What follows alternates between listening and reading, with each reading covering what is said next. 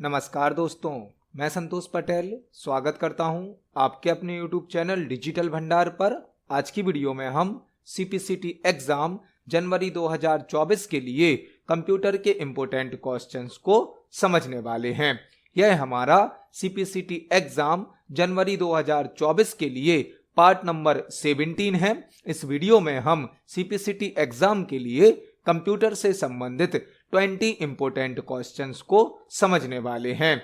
यह सभी वही क्वेश्चन हैं जो पहले भी CPCT एग्जाम में पूछे जा चुके हैं। जब हम एक क्वेश्चन को समझते हैं तो उससे संबंधित हमें कई प्रकार के और भी क्वेश्चन तैयार करने मिलते हैं। आप इन सभी क्वेश्चंस को नोट जरूर करें, क्योंकि पेपर में एक क्वेश्चन से संबंधित कई प्रकार के और भी क्वेश्चन बन सकते हैं। चलिए शुरुआत करते हैं आज की इस वीडियो का। देखते हैं आज का हमारा पहला क्वेश्चन क्या है। पहला क्वेश्चन हमसे पूछा गया है, ऑपरेटिंग सिस्टम क्या होता है। ऑपरेटिंग सिस्टम क्या होता है। पहला क्वेश्चन हमसे पूछा गया है, ऑपरेटिंग सिस्टम क्या होता है। ऑप्शन नंबर ए है एक multimedia software, option number B है एक application software, option number C है एक डेटाबेस सॉफ्टवेयर और ऑप्शन नंबर डी है एक सिस्टम सॉफ्टवेयर।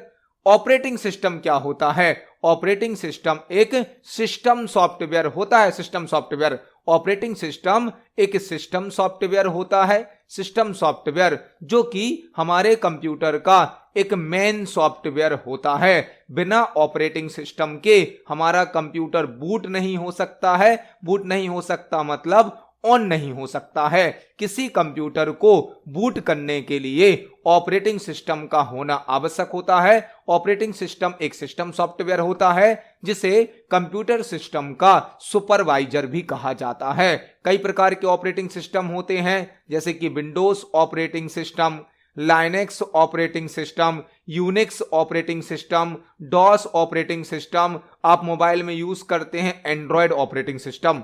तो ऑपरेटिंग सिस्टम एक सिस्टम सॉफ्टवेयर होता है जो कि हमारे कंप्यूटर का मेन सॉफ्टवेयर होता है। विदाउट ऑपरेटिंग सिस्टम के कंप्यूटर सिस्टम ऑन नहीं हो सकता है, मतलब बूट नहीं हो सकता है। इस क्वेश्चन का आंसर होगा option number D, operating system एक सिस्टम सॉफ्टवेयर होता है। देखते हैं हमारे नेक्स्ट क्वेश्चन को। नेक्स्ट क्वेश्चन है, निम्न में से क्या अस्थायी मेमोरी या स्टोरेज है। निम्न में से क्या अस्थायी मेमोरी या स्टोरेज है। यहां पर हमें 4 मेमोरी के नाम दिए गए हैं और हमसे पूछा गया है निम्न में से क्या अस्थायी मेमोरी या स्टोरेज है। अस्थायी मेमोरी कौन सी होती हैं, जो कि कुछ समय तक डेटा को स्टोर करती हैं, कुछ समय के लिए टेम्परेरी रूप से डेटा को स्टोर करती हैं, वह कहलाती हैं अस्थायी मेमोरी, टेम्परेरी मेमोरी। यहां पर हमें 4 मेमोरी के नाम दिए गए हैं। हमसे पूछा गया है निम्न में से क्या अस्थायी मेमोरी या स्टोरेज है। ऑप्शन नंबर ए क्या है, हार्ड डिस्क। हार्ड डिस्क तो एक सेकेंडरी मेमोरी है, परमानेंट मेमोरी है। ऑप्शन नंबर बी है फ्लॉपी डिस्क, यह भी एक सेकेंडरी मेमोरी है, परमानेंट मेमोरी है। ऑप्शन नंबर सी है मैग्नेटिक टेप, यह भी एक सेकेंडरी मेमोरी है और परमानेंट मेमोरी है। आंसर होगा option number D. Option number D RAM. RAM एक अस्थायी मेमोरी है। रैम एक अस्थायी मेमोरी है, मतलब इस क्वेश्चन का आंसर होगा ऑप्शन नंबर डी। यहां पर आपको रैम से संबंधित कई प्रकार की इंफॉर्मेशन को समझना है। रैम क्या है। रैम हमारे कंप्यूटर की एक प्राइमरी मेमोरी होती है, जिसे मेन मेमोरी भी कहा जाता है। प्राइमरी मेमोरी का दूसरा नाम होता है मेन मेमोरी। तो रैम हमारे कंप्यूटर की एक प्राइमरी मेमोरी है।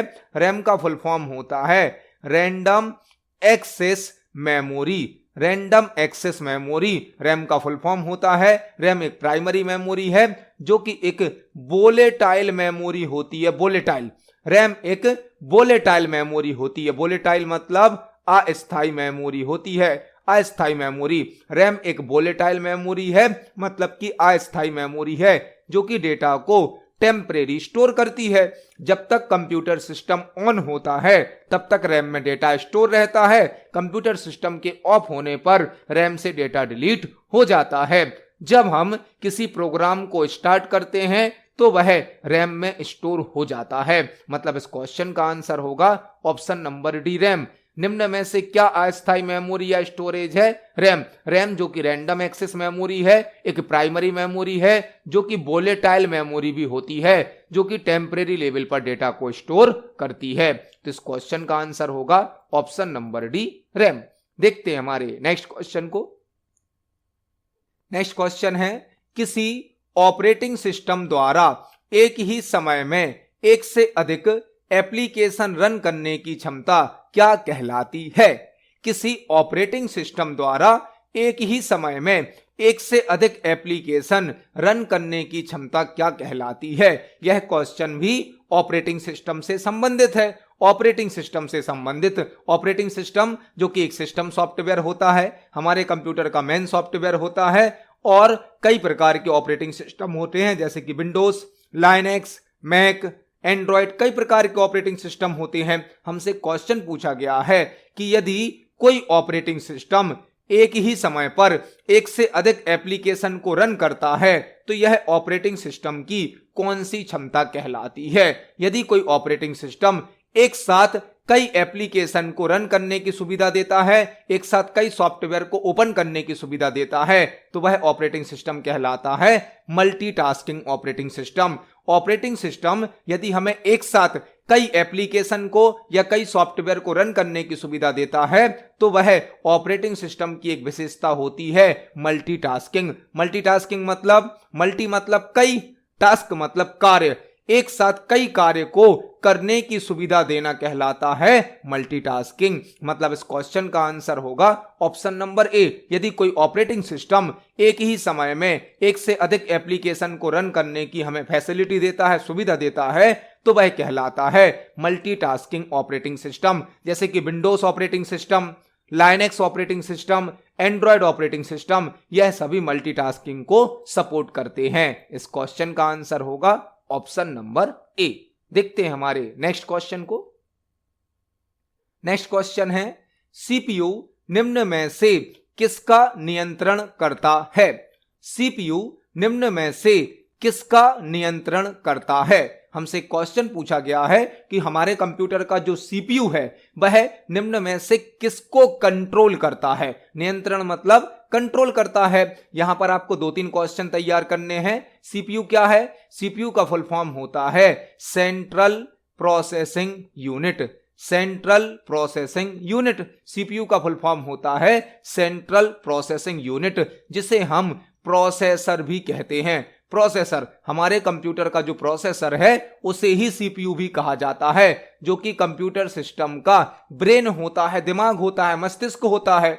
कंप्यूटर सिस्टम में जो भी प्रोसेसिंग की जाती है, जो भी ऑपरेशन परफॉर्म किए जाते हैं, वह सभी सीपीयू के द्वारा किए जाते हैं। सीपीयू जिसका फुल फॉर्म होता है सेंट्रल प्रोसेसिंग यूनिट, जो कि प्रोसेसर भी होता है, जिसे कंप्यूटर का ब्रेन भी कहा जाता है। सीपीयू के द्वारा किस चीज को कंट्रोल किया जाता है यह हमें यहां पर बताना है। ऑप्शन नंबर ए क्या है? All output and processing. All output and processing. Option number B क्या है? Only external memory. Option number C क्या है?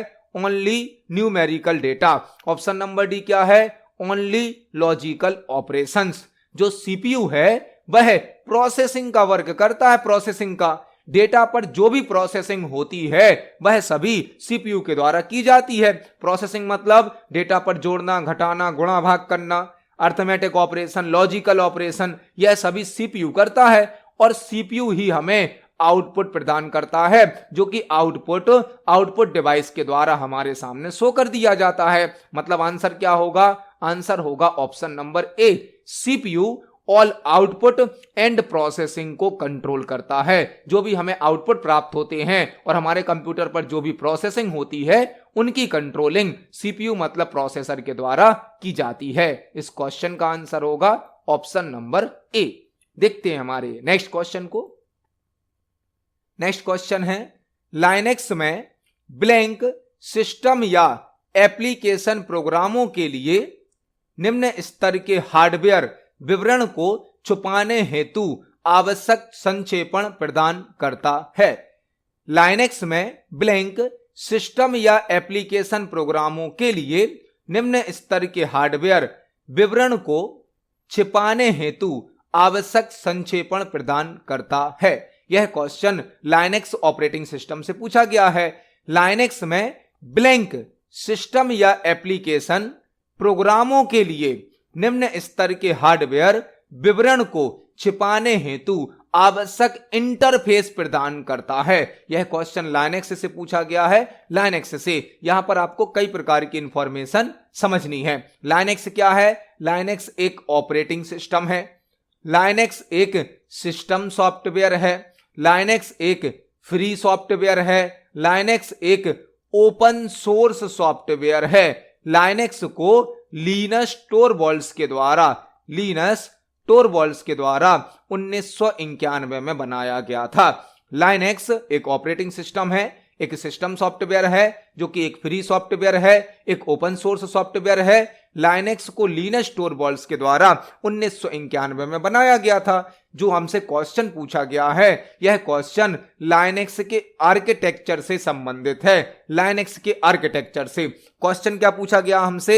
लाइनेक्स में ब्लैंक सिस्टम या एप्लीकेशन प्रोग्रामों के लिए निम्न स्तर के हार्डवेयर विवरण को छिपाने हेतु आवश्यक इंटरफेस प्रदान करता है। लाइनेक्स का आर्किटेक्चर क्या है? लाइनेक्स के आर्किटेक्चर में सबसे अंदर होती है हार्डवेयर लेयर, हार्डवेयर के बाद आती है कर्नेल की लेयर, इसके बाद आती है सेल की लेयर, सेल, और सबसे ऊपर होते हैं एप्लीकेशन या प्रोग्राम। लाइनेक्स का आर्किटेक्चर कुछ इस प्रकार से होता है। सबसे अंदर कौन सी लेयर होती है? हार्डवेयर। हार्डवेयर के बाद कौन सी लेयर होती है? कर्नेल। कर्नेल के बाद क्या होता है? सेल। सेल के बाद क्या आते हैं? एप्लीकेशन या प्रोग्राम।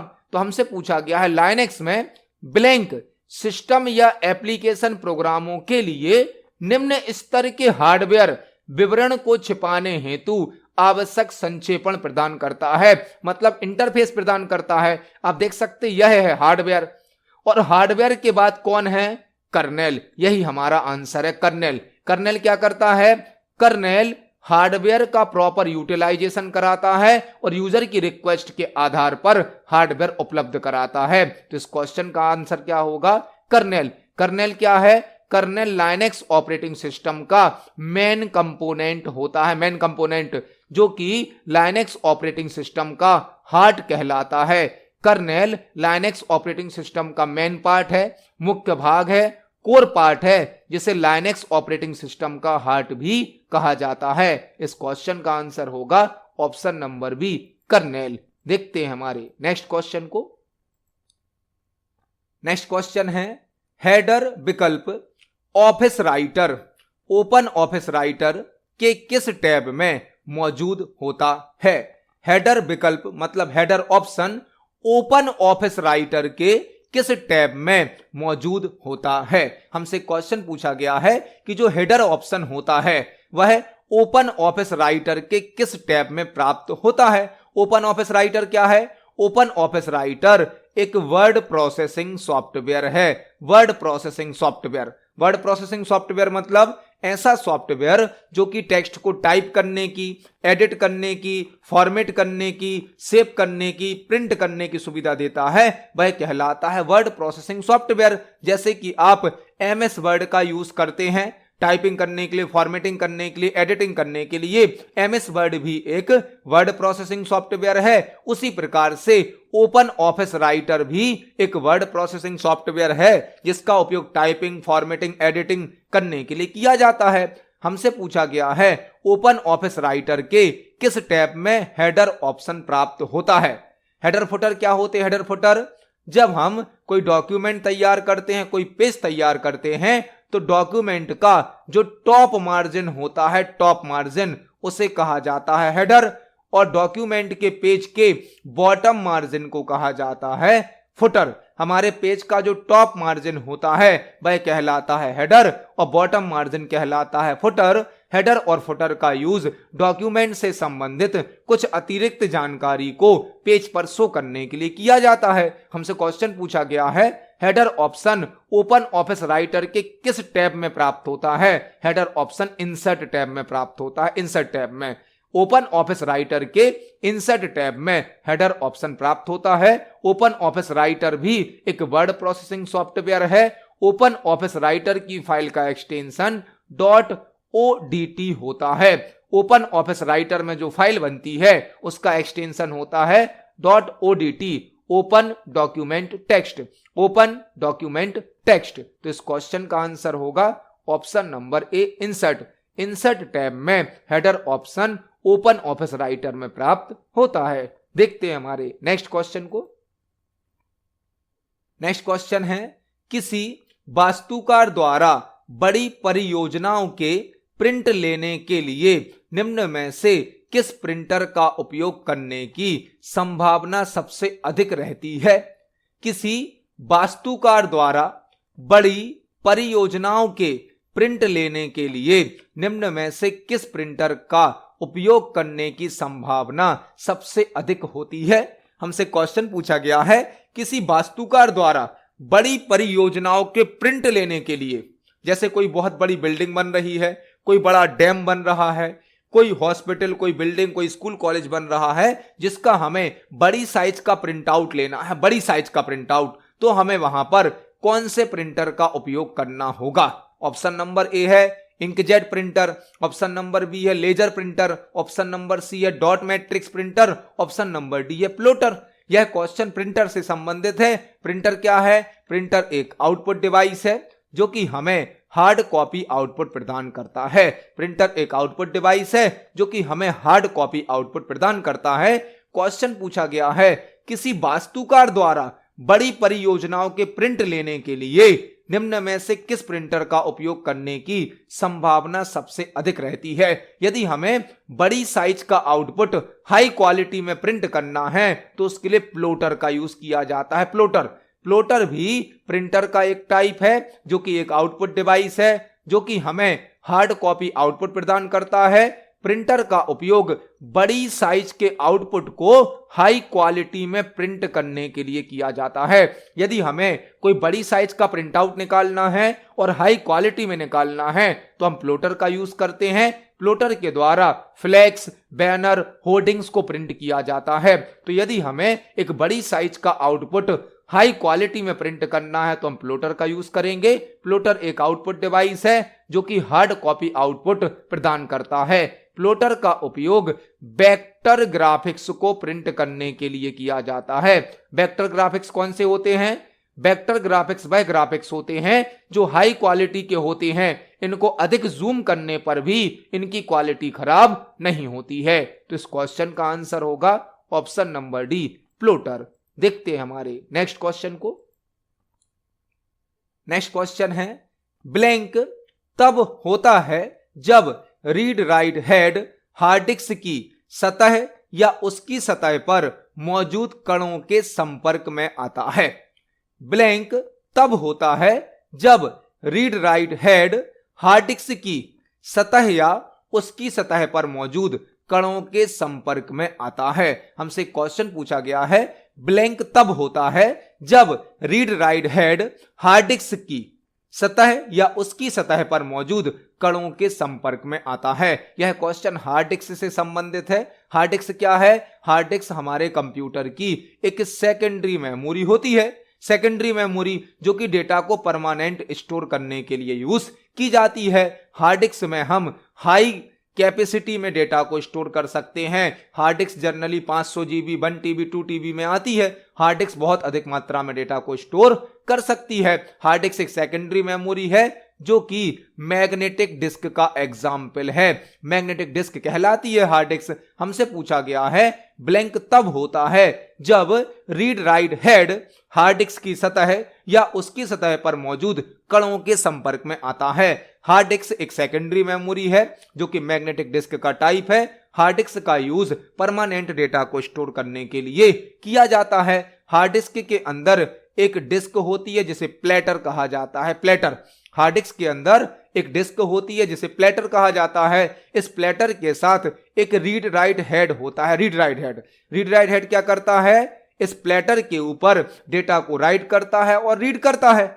यह जो रीड राइट हेड है यह इस प्लेटर के ऊपर फिक्स रहता है और यह प्लेटर घूमता रहता है। जब यह प्लेटर घूमता है और यदि इस प्लेटर के ऊपर कोई कण कोई कंकड़ कोई धूल आ जाती है तो कौन सी प्रॉब्लम आ जाती है, उसे कहा जाता है हेड क्रैश हो जाना, हेड क्रैश।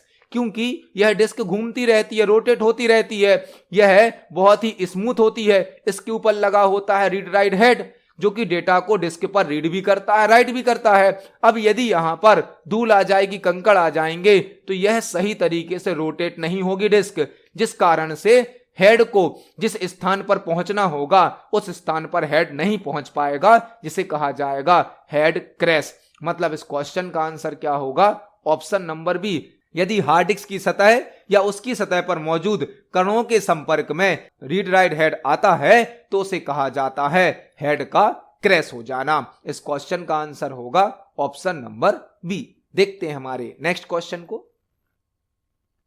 नेक्स्ट क्वेश्चन है, वे स्थायी निर्देश जिन्हें किन्हीं अन्य निर्देशों द्वारा बदला नहीं जा सकता है और जिनका उपयोग कंप्यूटर चालू होने पर करता है, निम्न में से किसमें संग्रहित होते हैं।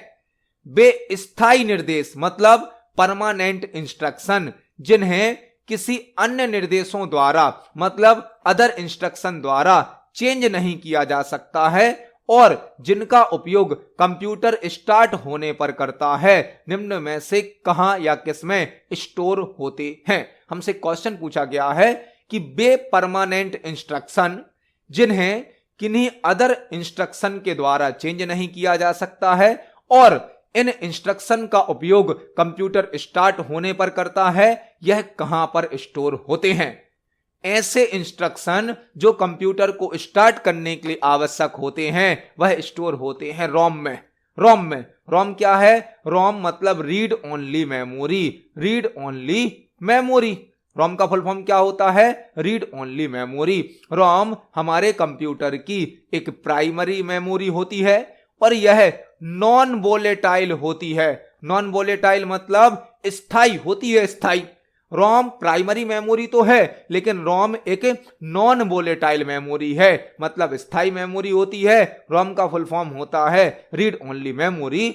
रोम में कुछ ऐसे इंस्ट्रक्शन स्टोर होते हैं जो कि कंप्यूटर को स्टार्ट करने के लिए आवश्यक होते हैं। रोम में बायोस प्रोग्राम स्टोर होता है। बायोस मतलब बेसिक इनपुट आउटपुट सिस्टम।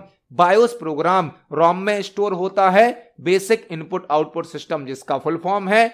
और रोम में स्टोर प्रोग्राम को फर्मवेयर कहा जाता है। फर्मवेयर रोम में जो प्रोग्राम स्टोर होता है उसे फर्मवेयर कहा जाता है। रोम में कुछ ऐसे इंस्ट्रक्शन होते हैं जो कि कंप्यूटर को स्टार्ट करने के लिए आवश्यक होते हैं। रोम मदरबोर्ड में इनबिल्ट होती है। रोम को बनाते समय इसमें कुछ इंस्ट्रक्शन स्टोर कर दिए जाते हैं जिन्हें चेंज नहीं किया जा सकता है। तो इस क्वेश्चन का आंसर होगा ऑप्शन नंबर ए, रोम। आपको 2 क्वेश्चन और तैयार करने हैं। रैम का फुल फॉर्म क्या होता है, रैंडम एक्सेस मेमोरी। डीवीडी का फुल फॉर्म क्या होता है, डिजिटल वर्सेटाइल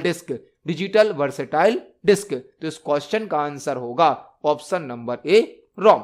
देखते हैं हमारे नेक्स्ट क्वेश्चन को। नेक्स्ट क्वेश्चन है, मुद्रण पेज पर छवियां बनाने के लिए लेजर प्रिंटर द्वारा ब्लैंक का उपयोग किया जाता है। मुद्रण पेज पर छवियां बनाने के लिए लेजर प्रिंटर द्वारा ब्लैंक का उपयोग किया जाता है। हमसे क्वेश्चन पूछा गया है कि प्रिंटिंग पेपर पर छवियां मतलब कोई ग्राफिक्स कोई टेक्स्ट प्रिंट करने के लिए बनाने के लिए लेजर प्रिंटर द्वारा ब्लैंक का यूज किया जाता है। ऑप्शन नंबर ए है रिबन, ऑप्शन नंबर बी है पिंस, ऑप्शन नंबर सी है टोनर, ऑप्शन नंबर डी है लेंस। हमसे पूछा गया है जो लेजर प्रिंटर है वह पेपर पर प्रिंटिंग करने के लिए किसका उपयोग करता है। प्रिंटर से संबंधित क्वेश्चन है। प्रिंटर जो कि एक आउटपुट डिवाइस है जो कि हमें हार्ड कॉपी आउटपुट प्रदान करती है। लेजर प्रिंटर का क्वेश्चन है। लेजर प्रिंटर एक नॉन इंपैक्ट प्रिंटर होता है। नॉन इंपैक्ट प्रिंटर मतलब प्रिंटिंग करते समय साउंड कम करता है। इसकी जो प्रिंटिंग स्पीड है वह फास्ट होती है। अदर सभी प्रिंटर से लेजर प्रिंटर तेज होता है, फास्ट होता है, जो कि हमें हाई क्वालिटी का आउटपुट प्रदान करता है। लेजर प्रिंटर में सूखा पाउडर ड्राई पाउडर यूज किया जाता है जिसे कहा जाता है टोनर। टोनर। लेजर प्रिंटर के अंदर ड्राई पाउडर यूज होता है जिसे कहा जाता है टोनर। टोनर को कार्ट्रिज के अंदर फिल किया जाता है। मतलब इस क्वेश्चन का आंसर होगा ऑप्शन नंबर सी। जो लेजर प्रिंटर है वह प्रिंटिंग के लिए टोनर का उपयोग करता है। टोनर मतलब सूखा पाउडर, ड्राई पाउडर, जो कि कार्ट्रिज के अंदर भरा जाता है। तो इस क्वेश्चन का आंसर होगा ऑप्शन नंबर सी। देखते हैं हमारे नेक्स्ट क्वेश्चन को। नेक्स्ट क्वेश्चन है hand writing recognition system biometric system की किस विशेषता से संबंधित है? Hand writing recognition system biometric system की किस विशेषता से संबंधित है? हमसे क्वेश्चन पूछा गया है hand writing recognition system. Hand writing recognition system मतलब एक ऐसा सिस्टम जो किसी यूजर की हैंड राइटिंग को स्कैन करेगा और चेक करेगा। हाथ से लिखे गए टेक्स्ट को स्कैन करने के लिए, चेक करने के लिए हैंड राइटिंग रिकॉग्निशन सिस्टम का यूज किया जाएगा। Hand writing recognition system biometric system की किस विशेषता से संबंधित है? बायोमेट्रिक सिस्टम क्या होते हैं? बायोमेट्रिक डिवाइस इनपुट डिवाइस कहलाती हैं। इनपुट डिवाइस, जो बायोमेट्रिक डिवाइस होती हैं, बायोमेट्रिक सिस्टम होते हैं, उन्हें इनपुट डिवाइस के अंतर्गत रखा गया है। इनपुट डिवाइस मतलब जिनके द्वारा हम किसी प्रकार के डेटा को कंप्यूटर में इनपुट कर सकते हैं। बायोमेट्रिक डिवाइस कौन सी डिवाइस होती हैं? ऐसी डिवाइस जिनके द्वारा किसी यूजर के थंब एक्सप्रेशन को, किसी यूजर के फिंगरप्रिंट को, रेटिना को, फेस को, वॉइस को या हैंड राइट को स्कैन किया जाता है, वह कहलाती हैं बायोमेट्रिक डिवाइस। बायोमेट्रिक डिवाइस के द्वारा किसी यूजर के फिंगरप्रिंट को, थंब एक्सप्रेशन को, रेटिना को, फेस को, वॉइस को, हैंड राइटिंग को स्कैन किया जाता है, वह कहलाती हैं बायोमेट्रिक डिवाइस। हमसे पूछा गया है हैंड राइटिंग रिकॉग्निशन सिस्टम जो है वह बायोमेट्रिक सिस्टम की किस विशेषता से संबंधित है? यदि हमें किसी यूजर की हैंड राइटिंग को स्कैन करना है, फिर उसे चेक करना है, मतलब यूजर के बिहेवियर को चेक करना पड़ेगा। हर यूजर की हैंड राइटिंग अलग अलग हो सकती है, हर यूजर का बिहेवियर अलग अलग हो सकता है। मतलब इस क्वेश्चन का आंसर होगा ऑप्शन नंबर ए, बिहेवियरल। जो हैंड राइटिंग रिकॉग्निशन सिस्टम है वह बायोमेट्रिक सिस्टम की बिहेवियरल फीचर से संबंधित है। बिहेवियरल मतलब किसी यूजर की हैंड राइटिंग को चेक करना, मतलब उसके बिहेवियर को चेक करना। तो इस क्वेश्चन का आंसर होगा ऑप्शन नंबर ए। देखते हैं हमारे नेक्स्ट क्वेश्चन को। नेक्स्ट क्वेश्चन है निम्नलिखित में से कौन सा एक वेब मेल प्रदाता है? निम्नलिखित में से कौन सा एक वेब मेल प्रदाता है? यह क्वेश्चन ईमेल से संबंधित है। हमें यहां पर 4 नाम दिए गए हैं और हमसे पूछा गया है निम्नलिखित में से कौन सा एक वेब मेल प्रदाता है। मेल प्रदाता मतलब ईमेल प्रोवाइडर। ईमेल प्रोवाइडर का क्वेश्चन पूछा गया है। ईमेल प्रोवाइडर, ईमेल क्या है? ईमेल मतलब इलेक्ट्रॉनिक मेल। ईमेल मतलब इलेक्ट्रॉनिक मेल। पहला ईमेल सन 1971 में भेजा गया था, जो कि रे टॉमलिंसन के द्वारा भेजा गया था। रे टॉमलिंसन, इसलिए इन्हें फादर ऑफ ईमेल भी कहा जाता है। हमसे पूछा गया है निम्नलिखित में से कौन सा एक वेब मेल प्रदाता है। यहां पर आप देखें तो जीमेल एक ऐसी कंपनी है जो कि हमें ईमेल की सुविधा उपलब्ध कराती है। वह कंपनियां जो हमें ईमेल की सुविधा उपलब्ध कराती हैं, जैसे कि जीमेल, याहू, रेडिफ, यह सभी कहलाते हैं मेल प्रदाता, मतलब ईमेल प्रदाता या ईमेल प्रोवाइडर। तो यहां पर दिया गया है जीमेल। जीमेल एक ईमेल प्रोवाइडर है। तो इस क्वेश्चन का आंसर हो जाएगा ऑप्शन नंबर बी, जीमेल। देखते हैं हमारे नेक्स्ट क्वेश्चन को। नेक्स्ट क्वेश्चन है निम्नलिखित में से कौन सी यूनिवर्सल सीरियल बस की विशेषता नहीं है? निम्नलिखित में से कौन सी यूनिवर्सल सीरियल बस की विशेषता नहीं है? हमसे क्वेश्चन पूछा गया है निम्नलिखित में से कौन सी यूनिवर्सल सीरियल बस की विशेषता नहीं है। यूएसबी का फुल फॉर्म क्या होता है? यूनिवर्सल सीरियल बस। यूएसबी होता क्या है? यूएसबी एक पोर्ट होता है जो कि स्क्वायर रेक्टेंगल शेप का होता है। यूएसबी एक पोर्ट होता है जिसमें हम keyboard, mouse, pen drive, card reader, कई प्रकार की डिवाइस कनेक्ट कर सकते हैं। हमसे पूछा गया है निम्नलिखित में से कौन सी यूनिवर्सल सीरियल बस की विशेषता नहीं है। यूएसबी एक पोर्ट होता है जिसके माध्यम से हम कई प्रकार की डिवाइस को कंप्यूटर सिस्टम से कनेक्ट कर सकते हैं और हमसे पूछा गया है यूएसबी की कौन सी विशेषता नहीं है। ऑप्शन नंबर ए है manual configuration, option number B है plug and play. Plug and play का मतलब क्या है, आपने जैसे ही पेन ड्राइव को, माउस को या कीबोर्ड को कंप्यूटर से लगाया, प्लग किया, वह वर्क करने लगता है। तो यह तो विशेषता होती है। जो भी यूएसबी डिवाइस होती हैं, मैक्सिमम डिवाइस की यह विशेषता होती है प्लग एंड प्ले, मतलब आप उसको कनेक्ट करो और वह वर्क करने लगती है, तो यह तो विशेषता है। ऑप्शन नंबर सी क्या है, इजी डिवाइस कनेक्शन, यह भी विशेषता है। हम यूएसबी पोर्ट में किसी डिवाइस को आसानी से कनेक्ट कर सकते हैं। ऑप्शन नंबर डी क्या है, it is a common interface for computer device. It is a common interface for computer device, यह एक सबसे ज्यादा यूज होने वाला पोर्ट है यूएसबी पोर्ट।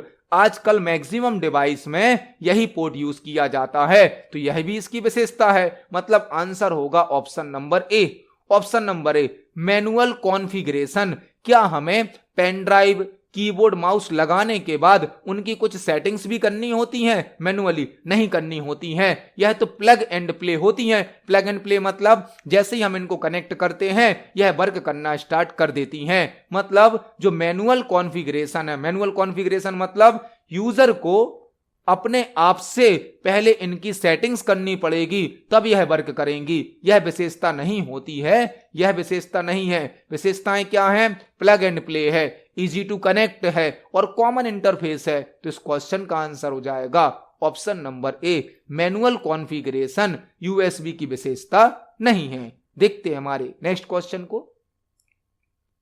नेक्स्ट क्वेश्चन है, निम्नलिखित में से वह हैकिंग या धोखेबाजी की तकनीक कौन सी है जो सुरक्षा मानकों को बाईपास करने के इरादे से सॉफ्टवेयर प्रोग्राम की नकल करती है? यह क्वेश्चन सीपीसीटी के कई पेपर में पूछा गया है और अलग अलग तरीके से पूछा गया है। हम अपने प्रीवियस वीडियोस में भी इस क्वेश्चन को समझ चुके हैं। यह क्वेश्चन सीपीसीटी के कई पेपर में पूछा गया है, अलग अलग तरीके से पूछा गया है। क्वेश्चन क्या है, निम्नलिखित में से वह हैकिंग या धोखेबाजी की तकनीक कौन सी है जो सुरक्षा मानकों को बाईपास करने के इरादे से सॉफ्टवेयर प्रोग्राम की नकल करती है? यह क्वेश्चन साइबर सिक्योरिटी से या इंफॉर्मेशन सिक्योरिटी से पूछा गया है। हमसे यहां पर पूछा गया है हैकिंग या फ्रॉड की ऐसी कौन सी टेक्निक होती है जो किसी यूजर की आइडेंटिटी का यूज करके उसको मिसयूज करती है।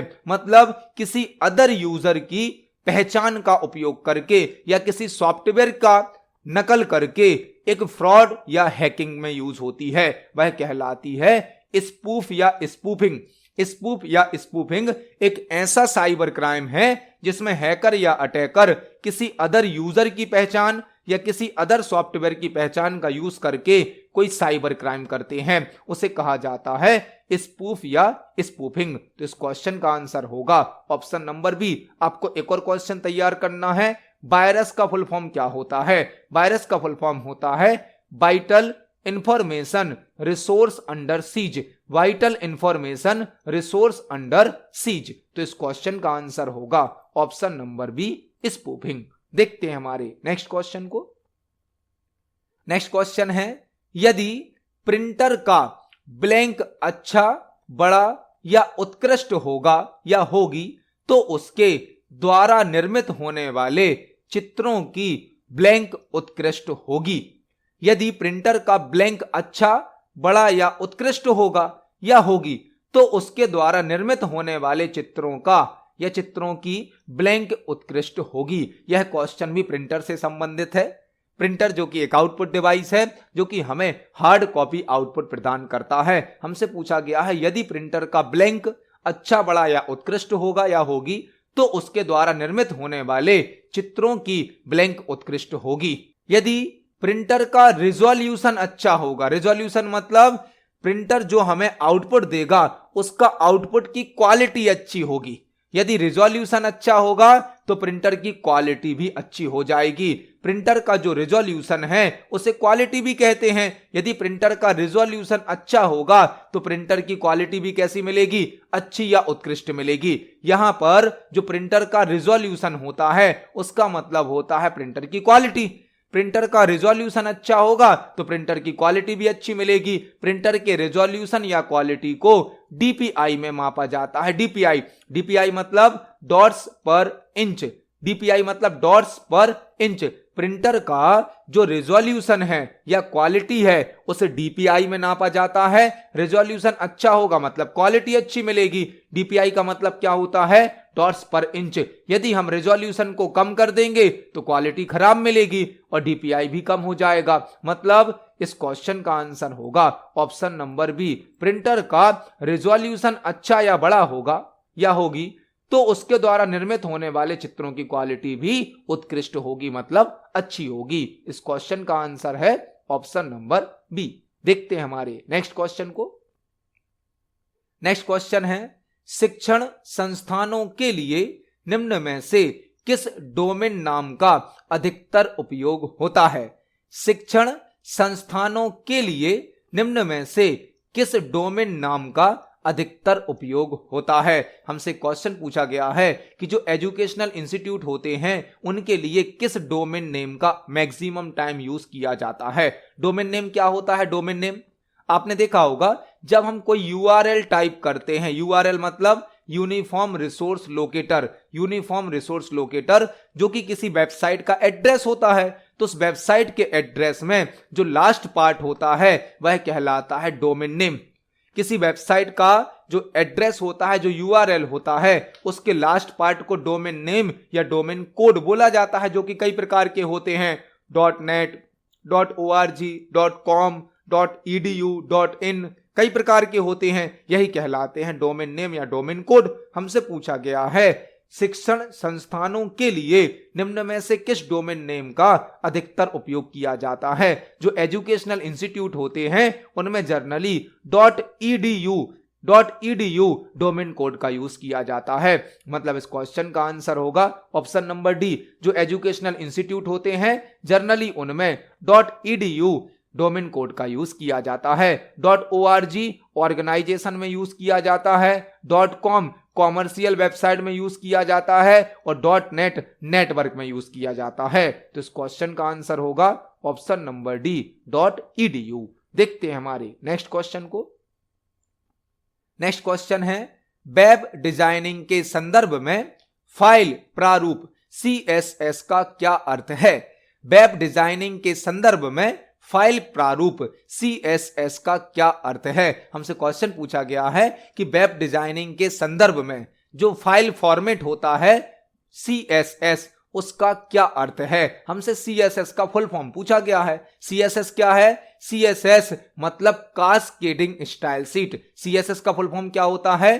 Cascading style sheet. CSS एक लैंग्वेज है जिसका उपयोग HTML के साथ किया जाता है। HTML मतलब hyper text markup language. Hyper text markup language HTML के द्वारा वेब पेज बनाए जाते हैं। वेब पेज मतलब वेबसाइट का पेज। उस वेब पेज को अट्रैक्टिव बनाने के लिए, आकर्षक बनाने के लिए HTML के साथ CSS का यूज किया जाता है। CSS का फुल फॉर्म होता है कास्केडिंग स्टाइल शीट। मतलब इस क्वेश्चन का आंसर होगा option number C, cascading style sheet. देखते हैं हमारे नेक्स्ट क्वेश्चन को।